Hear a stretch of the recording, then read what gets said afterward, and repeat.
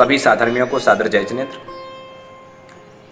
पिछली कक्षा में आचार्य भगवान ने बताया था कि यह शरीर अपवित्र है, जन्म से ही अपवित्र है। इसका संयोग पाकर के जो पवित्र पदार्थ भी हैं वह भी अपवित्र हो जाते हैं। हम कितना ही इसमें सेंट लगा लें, कितने भी सुगंधित फूल से हम अपना आप को सजा लें, कितने ही विभिन्न प्रकार के भोग की सामग्री लगा लें, लेकिन जैसे ही इस देह का संयोग प्राप्त करती हैं वह अपवित्र हो जाती हैं। तो ऐसे इस देह के लिए हम भोगों की कामना करें, ये तो सर्वथा व्यर्थ है। हमें क्या कामना करना है? यदि कामना करनी है तो हम क्या कहें भगवान से कि दुखक को कम्मक को ओहिला हो स्वगहि गमनम समाहि मरणम जिणगुण संपत्ति हो मज्जम।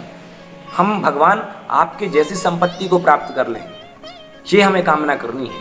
हमें भोगों की कामना नहीं करनी है, हमें भोगों से रिक्त होना है। तो आइए आगे आचार्य महाराज अगली कारिका में क्या बताना चाह रहे हैं उसको हम समझते हैं। दोनों हाथों को जोड़ते हैं और कारिका का उच्चारण करते हैं। आइए दोनों हाथों को जोड़ें। यज्जीवस्योपकाराय तद्देहस्यापकारकम् यद्देहस्योपकाराय तज्जीवस्यापकारकम्।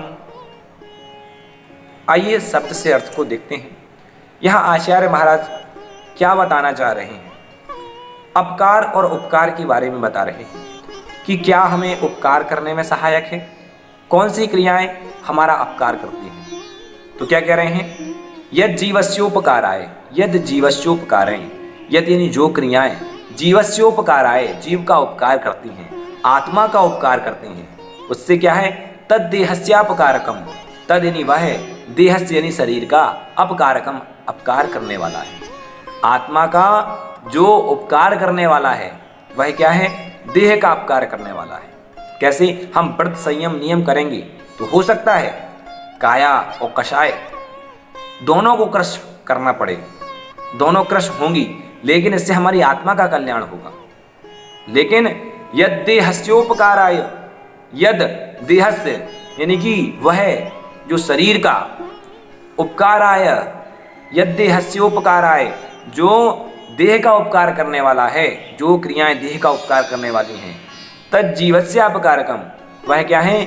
जीव का उपकार करने वाली। फिर से देखें, जो कार्य आत्मा का उपकार करने वाला है वह शरीर का उपकार करने वाला है, और जो शरीर का उपकार करने वाला है वह आत्मा का अपकार करने वाला है। यहाँ आचार्य भगवान बताना चाह रहे हैं कि हम जितनी विषय भोग की सामग्री भोग रहे हैं, जितना हम शरीर को पुष्ट करने में लगे हुए हैं, जितने भी विषय भोग हम अभिलाषी रहेंगे, उतनी ज़्यादा हमारी आत्मा का अपकार होगा। और यदि हम अपनी आत्मा का उपकार चाहते हैं, हम अपना उपकार चाहते हैं, तो हमें इस शरीर के उपकार से ममत्व को हटाना पड़ेगा। हमें उदासीन रूप से इस संसार में रहना पड़ेगा। यदि हम संसार में रह करके, संसार छोड़ने की बात नहीं, क्योंकि यदि हमें परमात्मा बनना है तो इसी संसार से बनना पड़ेगा। संसार में रह करके भी जलते भिन्न कमल हैं, नगर नारी को प्यारे अथा कादे में हेम अमल है। यहाँ आचार्य भगवान कह रहे हैं कि घर में रह करके भी विरक्ति का भाव, इस देह में रह करके इस देह से हमें ज़्यादा ममत्व का भाव नहीं होना चाहिए। इसको सजने संवारने में अपना समय को व्यर्थ ना करें। हम क्या करें? हम तो अपनी आत्मा के उपकार में लगें। ये शरीर है, ये साधन है, साध्य तो हमारी आत्मा है, तो हमें अपनी आत्मा के लिए काम करना है। ना जाने कितने अनंत भव बीते तब जाकर के हमें जैन धर्म मिला, कितने अनंत काल बिता दिए तब जाकर के मनुष्य गति, उसमें भी हमें जैन धर्म मिल गया। उसमें भी हमारा अहोभाग्य कि देव, शास्त्र और गुरु ये तीनों मिले हैं। उसके बाद भी हम यदि कुछ ना कर पाएँ, व्रत संयम धारण न कर पाएँ, तो क्या है? हमारा दुर्भाग्य। तो हमें अपने जीवन में क्या करना है? तो हमें अपने जीवन में अपनी आत्मा का उपकार करना है, हमें देह का उपकार नहीं करना है। हम तो देह मिला है तो उसमें उदासीन रूप से रहें। हम संसार में रह करके भी उदासीन रहें। हम तत्वों का चिंतन करें, तत्व का निर्णय करें, और हमें चिंतन करना चाहिए कि आत्मा स्वभावम प्रभाव भिन्नम, आत्मा का स्वभाव प्रभावों से अत्यंत भिन्न है। इस प्रकार से यदि हम विचार करेंगे तो अपने जीवन में हम बहुत ऊंचाइयों पर जाएंगे, हम उस मोक्ष मार्ग को प्रशस्त कर पाएंगे। तो आइए अब हम चलते हैं आज के प्रश्न की ओर। आपसे पहला प्रश्न ये रहा आपकी स्क्रीन के सामने कि किसका संयोग पाकर के पवित्र पदार्थ भी अपवित्र हो जाता है।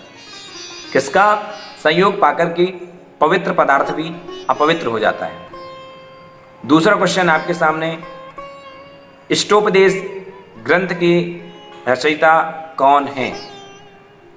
इष्टोपदेश ग्रंथ के रचयिता कौन हैं। और तीसरा क्वेश्चन आपके सामने ये रहा, कौन सी क्रियाएं आत्मा का अपकार करती हैं। कौन सी क्रियाएं आत्मा का अपकार करती हैं। तो 3 क्वेश्चन हैं, इनके ऑप्शन आपके सामने दे रखे हैं। तो आप तीनों क्वेश्चन के आंसर कमेंट के द्वारा दे सकते हैं और जनागम जैन आइकन बनने का ये सौभाग्य प्राप्त करते हैं। तब तक के लिए सभी लोगों को सादर जय जिनेंद्र। और हाँ, सभी लोग लॉकडाउन रहें, लॉकडाउन का पालन करें और अपने आप में स्वस्थ रहें, व्यस्त रहें, स्वाध्याय में अभ्यस्त रहें। और जिन लोगों ने अभी तक चैनल को सब्सक्राइब नहीं किया है वो सब्सक्राइब कर लें और इन वीडियो को अधिक से अधिक शेयर करें ताकि आप भी इस स्वाध्याय में सहभागी बने। यदि एक व्यक्ति ने भी एक कारिका का, जितनी भी कारिका का अध्ययन किया, उसने पढ़ा, तो उसमें आप सहयोगी बनेंगे और इसका पुण्य आपको भी लगेगा। तो सभी लोग इसको सब्सक्राइब कर लें, बेल आइकन दबा लें और समय समय पर स्वाध्याय का नोटिफिकेशन प्राप्त करते लगें।